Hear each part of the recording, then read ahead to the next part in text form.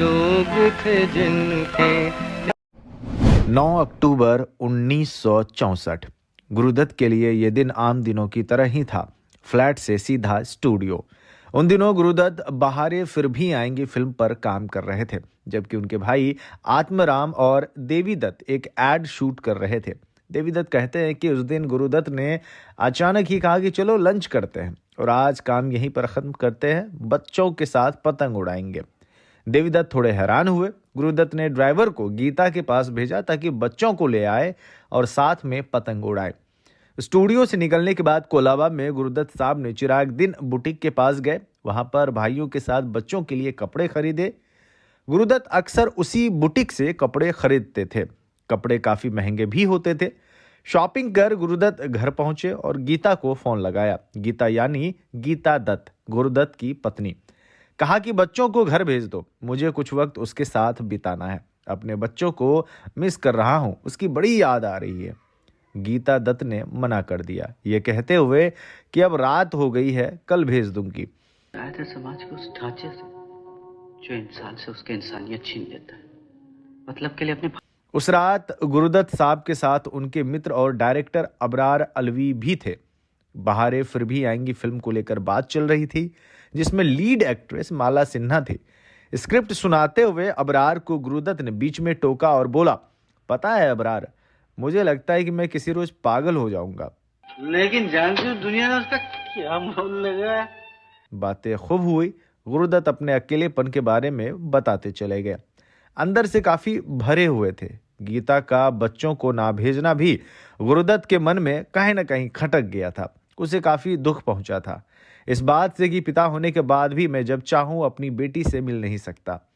Script सुनाते हुए अबरार ने कैफी आजमी की लाइंस दोहराई, बदल जाए अगर माली, चमन होता नहीं खाली, बहारे फिर भी आती है, बहारे फिर भी आएगी।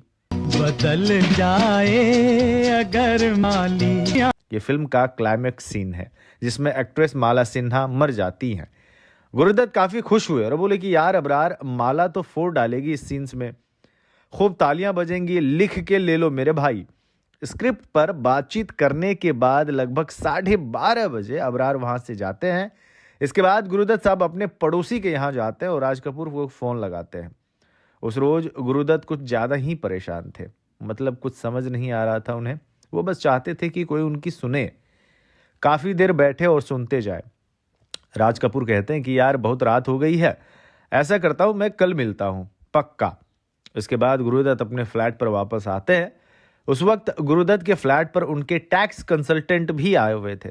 आते ही गुरुदत्त कहते हैं कि भाई तुम डिनर कर लो, मैं बहुत थक गया, और सीधे अपने कमरे में चले जाते हैं। रात के 2 बज रहे थे। गीता दत्त को नींद नहीं आ रही थी। उन्हें लग रहा था कि कुछ तो अच्छा नहीं होने वाला है। बेचैनी काफी थी। गीता को इस बात से भी बुरा लग रहा था कि गुरुदत्त ने अपने बच्चे को देखने के लिए फोन लगाया था और उसने मना कर दिया। एक बार गीता का मन हुआ कि पड़ोसी को फोन लगा के कह दे कि गुरुदत्त से एक बार बात करवा दीजिए। फिर उन्हें लगा कि यार इतनी रात हो गई है और पड़ोसी के यहाँ फोन करना अच्छा नहीं होगा। रात के 3 बजे गुरुदत्त अपने रूम से बाहर आए और अपने नौकर रतन को उठाते हुए कहा कि अबरार कहाँ है, जबकि अबरार 12:30 बजे ही जा चुके थे। इसके बाद रतन कहते हैं, साहब आपके लिए एक पैग बना दूं क्या? गुरुदत्त ने कहा, मुझे बोतल दे दो और तुम सो जाओ। विस्की हाथ में लिए गुरुदत्त अपने कमरे में जाते हैं, रूम बंद करते हैं, शायद कभी जिंदा वापस न बाहर आने के लिए। 10 अक्टूबर 1964 शनिवार का दिन था। सुबह 10:30 बजे पूरे हिंदुस्तान में खबर फैल जाती है कि गुरुदत्त साहब ने सुसाइड कर लिया है। गुरुदत्त अपने बिस्तर पर पड़े हुए हैं। हाथ में एक हिंदी नॉवेल था। हाथ की उंगलियां माथे को सहारा दे रही थी, मानो कुछ सोच रहे हो। कमरे की लाइट जल रही थी। कुर्ता पैजामा भी पहने हुए थे। चेहरे पर शांति थी, शरीर एकदम ठंडा। टेबल पर ग्लास था, उसमें कुछ टैबलेट्स पूरी तरह से पिघल चुका था। ऐसा लग रहा था जैसे किसी फिल्म के लिए शॉट दे रहे हो। पूरे जीवन में गुरुदत्त इससे ज्यादा सुकून से कभी सोए नहीं थे। गुरुदत्त जा चुके थे, कभी ना लौटने के लिए।